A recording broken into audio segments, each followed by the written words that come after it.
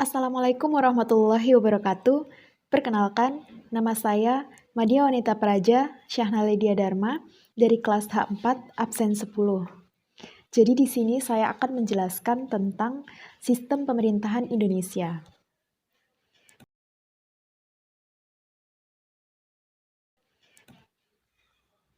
Kita mulai dari pengertian dari sistem pemerintahan. Nah, apa itu sistem pemerintahan? Sistem pemerintahan adalah suatu tatanan utuh yang terdiri atas berbagai komponen yang bekerja saling bergantung dan mempengaruhi dalam mencapai tujuan dan fungsi pemerintahan, sesuai dengan kondisi negara masing-masing. Nah, adapun pemerintahan Indonesia saat ini menganut sistem pemerintahan presidensial dengan bentuk negara kesatuan dan sistem politik demokrasi. Lalu kita lanjut kepada macam-macam sistem pemerintahan di dunia. Jadi yang pertama, ada sistem pemerintahan presidensial seperti yang kita anut, yaitu merupakan sistem pemerintahan negara republik, di mana kekuasaan eksekutif dipilih melalui pemilu dan terpisah dengan kekuasaan legislatif. Selanjutnya, ada sistem pemerintahan parlementer. Nah, sistem pemerintahan parlementer ini merupakan sistem pemerintahan di mana parlemen itu mempunyai peranan penting dalam pemerintahan. Jadi semuanya bertanggung jawab kepada parlemen. Lalu selanjutnya ada sistem pemerintahan semi presidensial. Seperti namanya berarti sistem ini merupakan gabungan dari sistem pemerintahan presidensial dan juga sistem pemerintahan parlementer, di mana presiden dan juga perdana menteri itu bekerja sama dalam melaksanakan kekuasaan. Selanjutnya, ada sistem pemerintahan liberal. Nah, sistem pemerintahan liberal ini intinya adalah didasarkan pada kebebasan dan persamaan hak.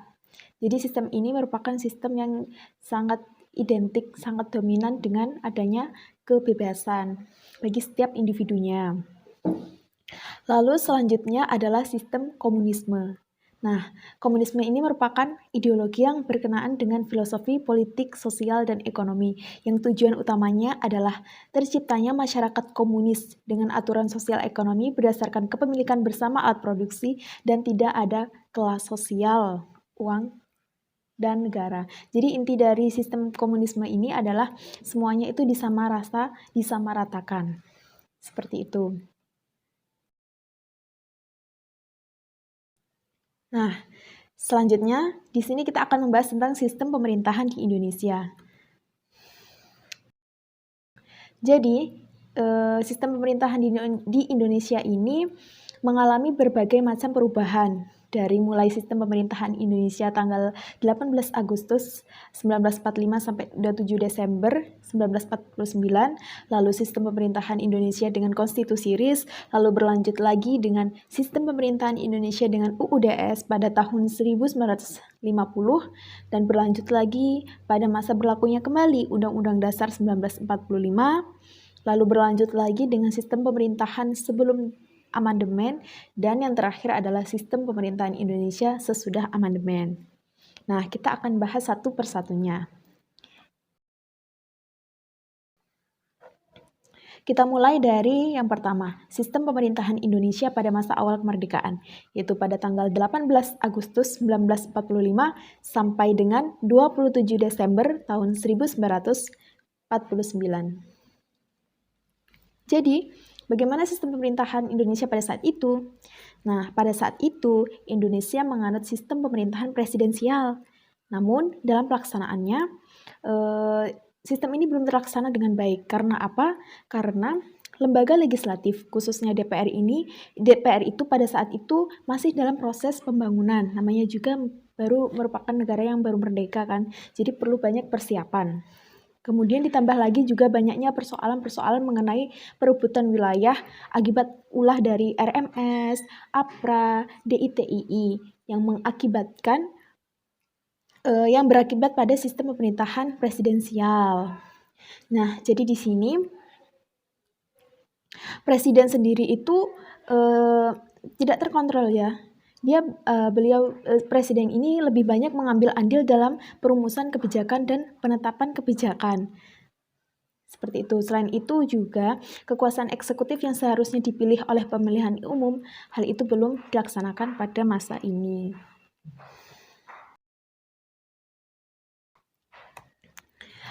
Selanjutnya kita lanjut dengan sistem pemerintahan Indonesia dengan konstitusi RIS. Nah, sistem ini berlangsung dari tanggal 27 Desember 1949 sampai dengan 17 Agustus tahun 1950. Tahun 1950. Bagaimana dengan sistem pemerintahannya pada saat itu?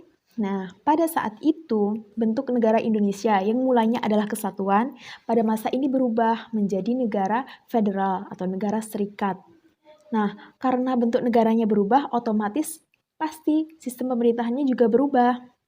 Nah, pada saat itu, nilai-nilai sistem parlementer itu mulai masuk kepada Indonesia dan menjadikan Indonesia lebih liberal pada saat itu. Namun, terjadi kekacauan ketika sepenuhnya pemerintah pusat mendelegasikan kewenangan keamanan dan politik. Nah, pada saat itu banyak terjadi pemberontakan juga di Indonesia seperti DITII, dan kekacauan dan perebutan kekuasaan di tingkat daerah pun terus terjadi pada masa itu, sehingga pada akhirnya kita berganti kepada Undang-Undang Dasar sementara 1950, di mana hal ini lebih menekankan pada proses peralihan dari bentuk negara Indonesia yang serikat berubah menjadi negara kesatuan kembali.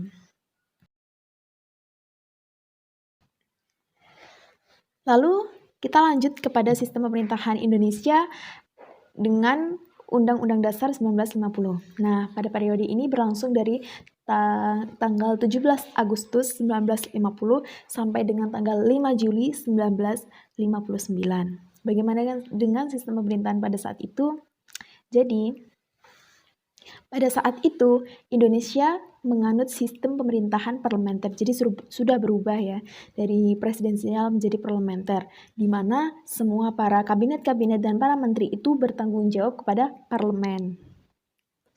Pada saat itu pula, perkembangan pesat terjadi dalam suprastruktur dan infrastruktur politik. Nah, itu bergerak secara cepat. Kemudian juga adanya partai politik menandakan bahwa roda demokrasi di Indonesia berjalan. Sistem multipartai yang dianut membuka kepada siapapun untuk membentuk dan mengusung dari partainya yang memiliki berbagai macam golongan dan sikap politik yang berbeda. Nah, seperti namanya saja ya, Undang-Undang Dasar sementara. Jadi sifatnya itu bersifat sementara. Nah, akhirnya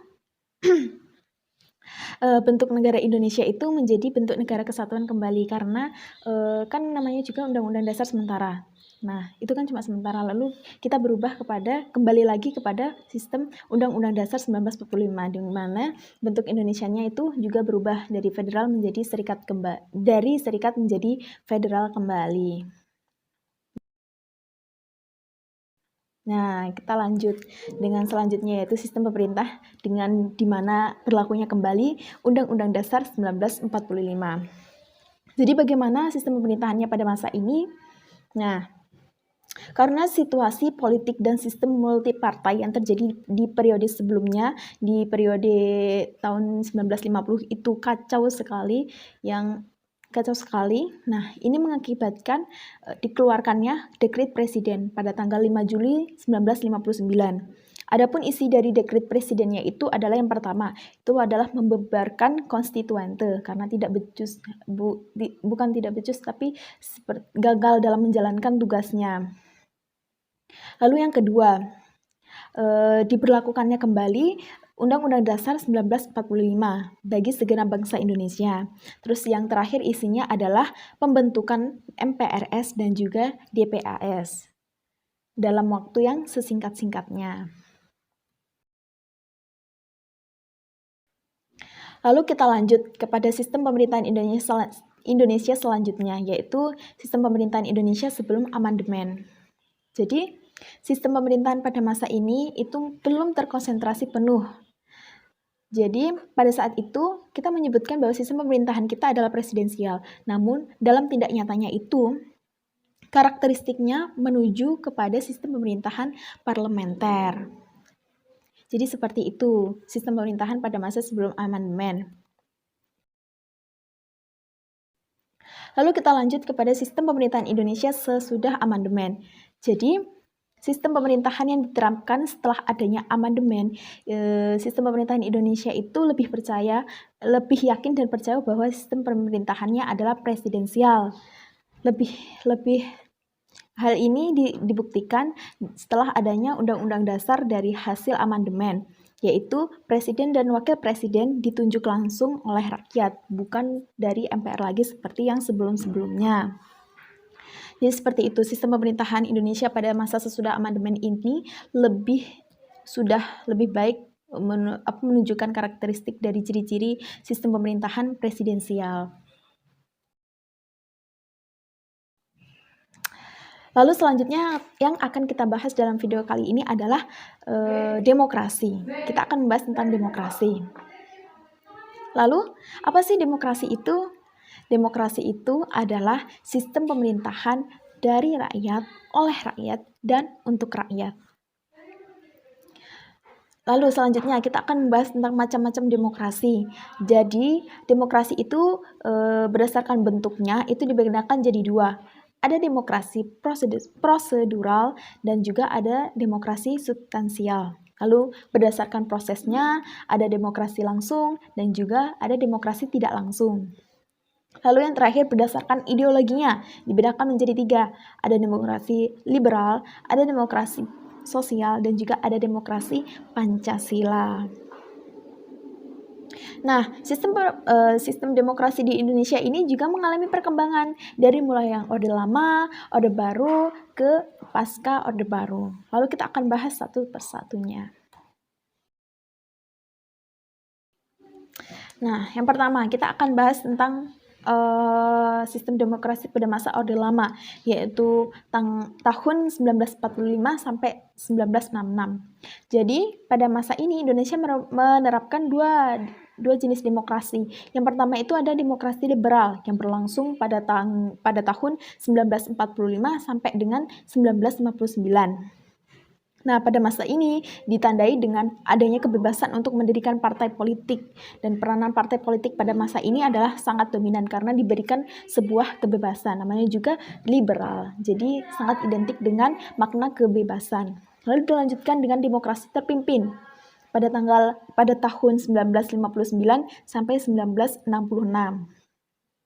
Nah, masa ini ditandai dengan dominannya peran seorang presiden dalam proses politik. Jadi kekuasaan presiden itu sangat mendominasi banget pada masa demokrasi terpimpin ini. Kekuasaan Soekarno pada masa ini juga ditopang oleh Nasakom, yaitu gabungan kelompok politik yang berhaluan nasional, agama, dan komunis.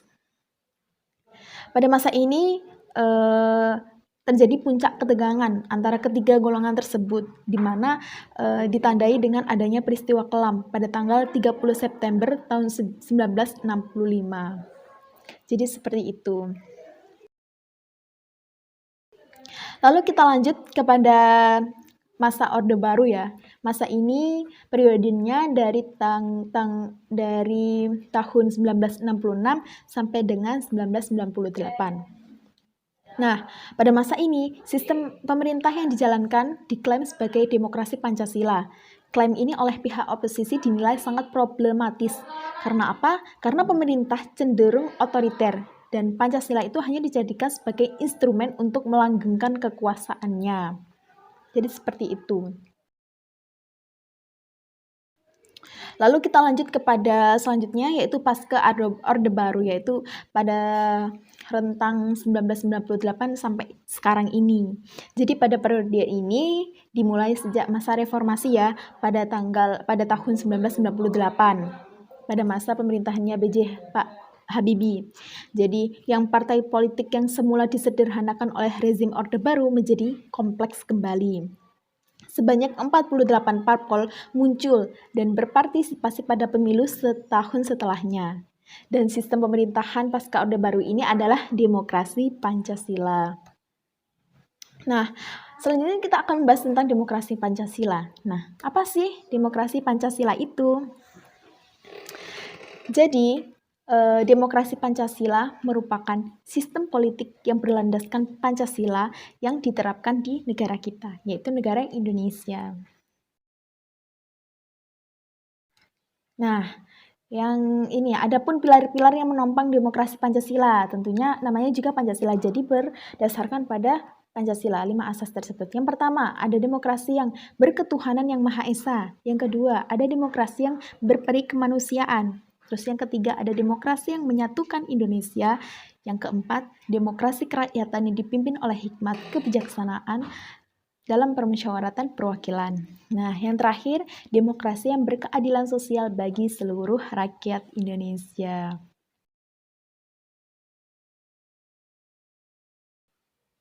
Terima kasih. Sekian yang dapat saya paparkan dalam presentasi pada kali ini. Jika ada kesalahan dalam bertutur kata, saya ucapkan mohon maaf yang sebesar-besarnya. Sekian dari saya, semoga video ini memberikan manfaat bagi kita semua. Wassalamualaikum warahmatullahi wabarakatuh. I'm saying bye to all the lies and all the times you cried, saying that I wasn't right, yet I was right by your side. You manipulator, playing games, your friends commentators, and I don't know what you say about our private conversations, but it's got them hating. Thanks to all the rumors you be claiming, it's cool, I'm done with you, so they can throw you a celebration. You gon' hate it when you see me with somebody living better. I'm trying to tell you that me just doing me